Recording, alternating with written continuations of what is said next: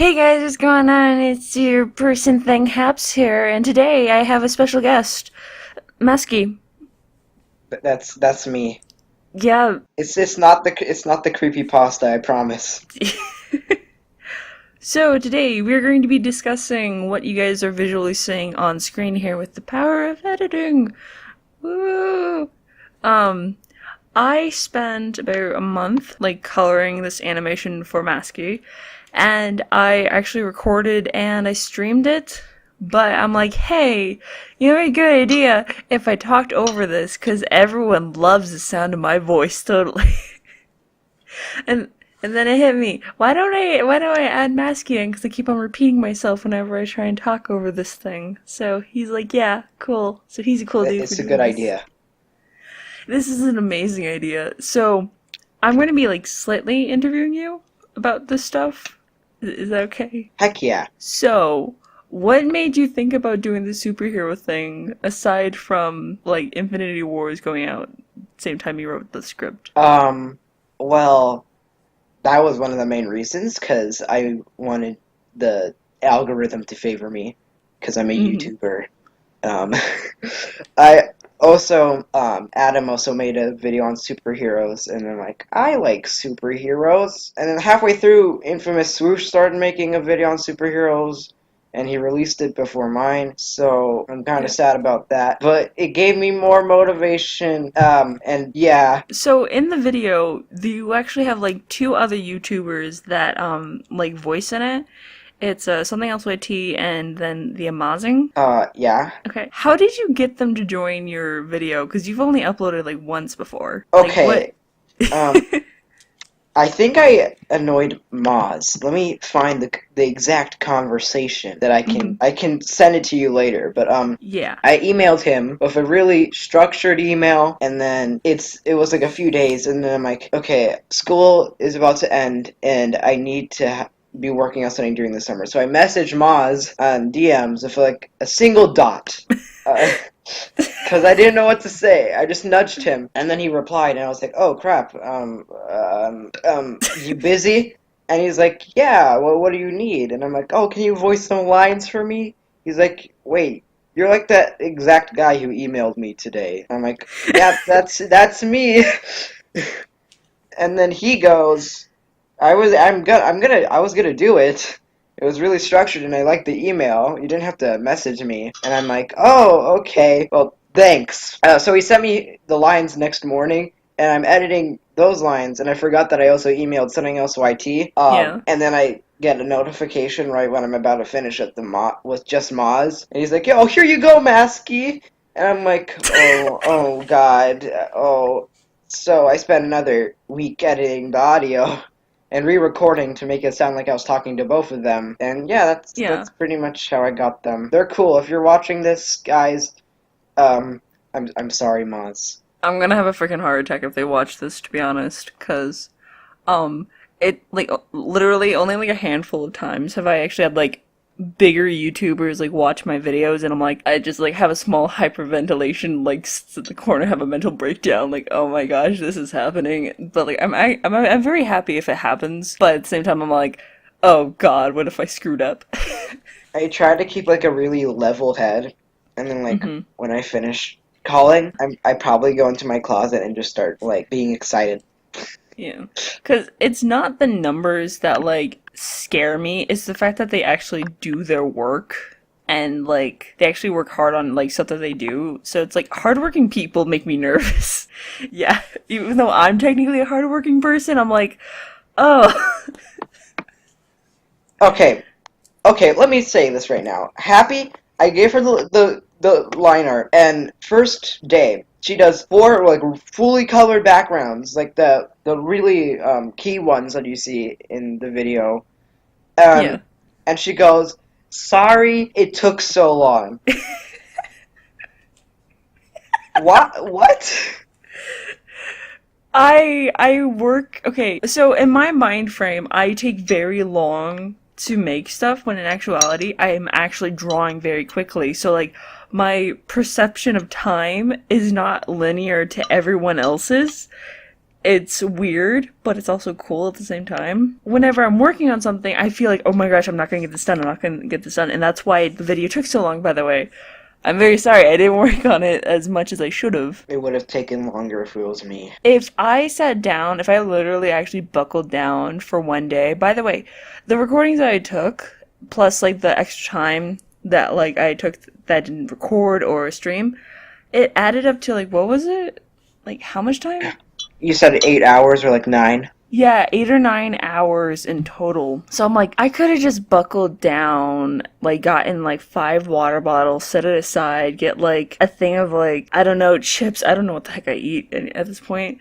Just sit down and just do all the coloring and everything. I'm like, I could have just done this in one day, but I just stretched it out. Not to burn, so that way I didn't burn myself out. But I would rather have burned myself out and got it done then than what I did with the stuff. But like the time it takes to sorry, there's a car that almost just smashed into. You got Grand Theft Auto over there going on. Yeah, sorry. Someone just almost hit like a parking spot thing Yeah. outside my door. Like the thing is like if you overwork yourself, the amount of work you get done decreases exponentially. Like the quality that you do, it gets down.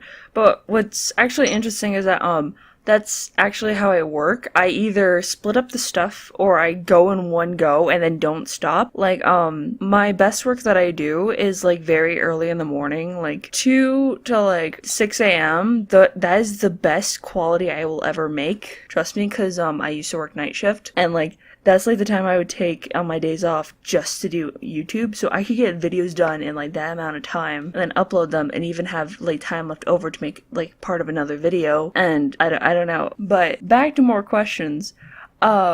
Do you want to like explain how like the process of like making the animation and then sending it over to me works and like how everything just incorporates for how we did the video? Because like a lot of animators are doing that nowadays where there's more than one person working on the animation, and I think people might want to know the information about it or something. Okay, so first of all, I had the idea, and then I was like, okay, I can actually do something. So I go to my computer, and I think I worked on the script for a day, and then I just let it be. If you want someone to collab with you, link your channel. Make sure it's not your first video. Okay, my first video was a crappy animation meme, but at least it was something. And then if you don't want to collab, you can just keep going. After that, I recorded the lines. I know some people sketch before they record the lines, but I just recorded the lines. Then I started sketching, which took a while, and then I started doing line art, and then I think I was being really annoying on stream one day. This is not the way to get people to color for you, by the way. Happy was just a really nice person. I was like, I do not want to color this. I just don't. And then Happy in the live stream chat went, I can color it for you. And then that's what happens. It could have been more professional, but that's how it happened. You made me sound like a sucker. Like I could color it for you. That's just how I do other voices. Like I could color it for you. No, I saw a friend that needed like some help with this stuff, so I'm like, yo, I'm trying to make myself sound cooler than what I actually did, but I'm just like, yo, I can help you. Don't worry about it. After that, while Happy was working on that stuff, I spent the extra time to work on the script for my next video. So once he sends it over to me, I make a layer underneath the line art for like coloring stuff, and I might even make a second layer depending on how many people are in the same thing and how much they move. And then I also have like another layer for like backgrounds and another layer for like overlays. The key thing though that Masky told me not to do was not to shade stuff, because in my art I overly shade stuff, and in my animations I do simple shading, like cell shading. And you're like, no. When I ask, I'm like, yo man, what color do you want me to shade? No. Oh, yeah. Okay. Because I didn't want to shade this video. What was it? And then like I sent over the stuff like after, well before that, I asked you, I'm like, hey, what kind of colors do you want me to use? And like you just gave a list of them, and you're like, oh wait, you can't see certain colors. What colors can't you see? And I'm like, orange. So you're like, okay. And if you notice, we don't really use orange except for like in like certain backgrounds and stuff. Whenever I got done with something, I would send it over to him. I'm like, okay, are these colors okay? And then you tell me like yes or no, but most of the times you just told me yeah. So I just went with it and continued on going. And then I eventually sent the clips to you. Remember when there was like halfway through, the program just kind of corrupted the file? Oh yeah, oh my gosh, that scared me so much. I'm like, I spent so much time on this. My friend, she sent it to me, and I sent it to my friend. Shout out to you, Hex Lime. Hex Oh, is thank you. amazing. He he went into the file and like pulled out all the colors. I just told Happy to work on the rest of it while I re-imported the colors and I put them back on the character. And then by the time I was done, she was done. Yeah. Oh, dude, which reminds me, you remember the smear frames that you told me not to do? Yeah. Okay, I gotta say this. When I was doing the pixel art in Medibang, my favorite ones to do were the smear frames, just because, like, they look so weird. And whenever I was doing a stream, I normally did with my friend Cade. Shout out to Dead Games, kill me. And he'd be like, "That boy needs some help, goddamn."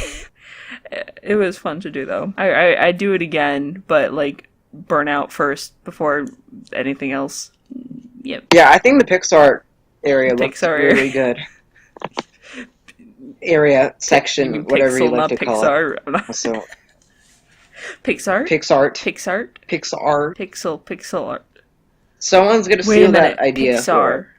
Okay, for wait. a Pixar. company. Pixel. Yeah. Art. Throw the T out. That's Don't what it all is. Don't Yeah, steal don't the idea, guys. Yeah, It's a don't company. steal that. That's our company. Totally Pixar.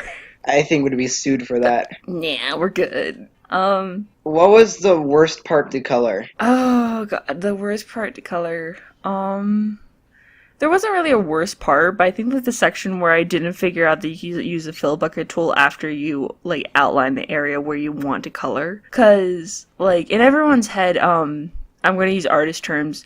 Like the fill bucket tool has two modes. There's a layer mode and then there's a canvas mode. So the canvas mode is like if there's an outline, then it stays within the outline. If it's not in the same layer, then it fills in the entire layer that has the outline of the color that you want to use. So that was like the most frustrating thing. And then I figured out, I'm like, wait a minute, what if this is using like a layered thing? And figuring that out like helped the entire thing so much faster. Because it's 2D pencil, it's not something that people normally use. Some people use it, but like I'm not used to the program, so I figured that out. I told Mask, I'm like, Mask, I figured this out. And he's like, oh, okay.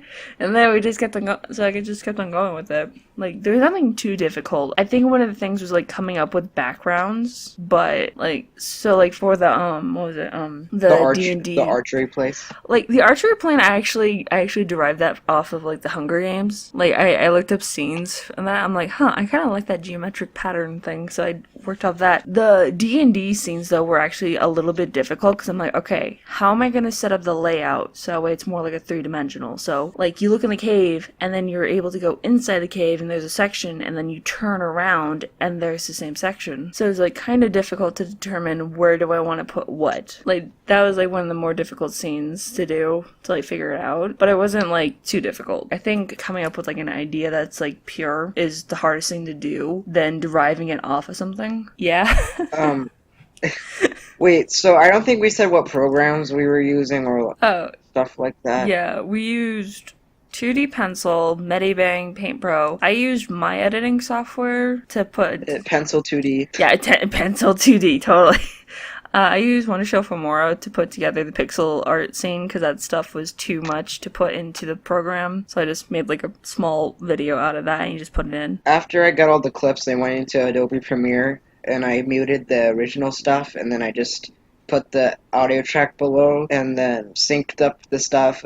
I cut things that weren't on time to make it look on time. Yeah. Yeah. I recommend if you want to animate, first learn anatomy. Because my anatomy was trash in this video, but I learned anatomy afterwards. Yeah. Also, you can find the hidden Supreme shoes in the video, the Rainbow Supreme. Yes. Okay? Find them. Do we need an outro? Or I actually have an outro ready. This is the longest outro I've ever had. So, thank you guys for watching. Hope you enjoyed. If you have, go check out Masky's channel. It can be found in the description below. And also, if you go over to my merch shop, there's a 25% discount off when you use the promo code 25OFF. Thank you guys for watching. Hope you enjoyed. I'll see you guys in the next video. Bye. Bye. I think that went out well. It's just like there was some cars and my AC just turned on, so you might use the OBS audio.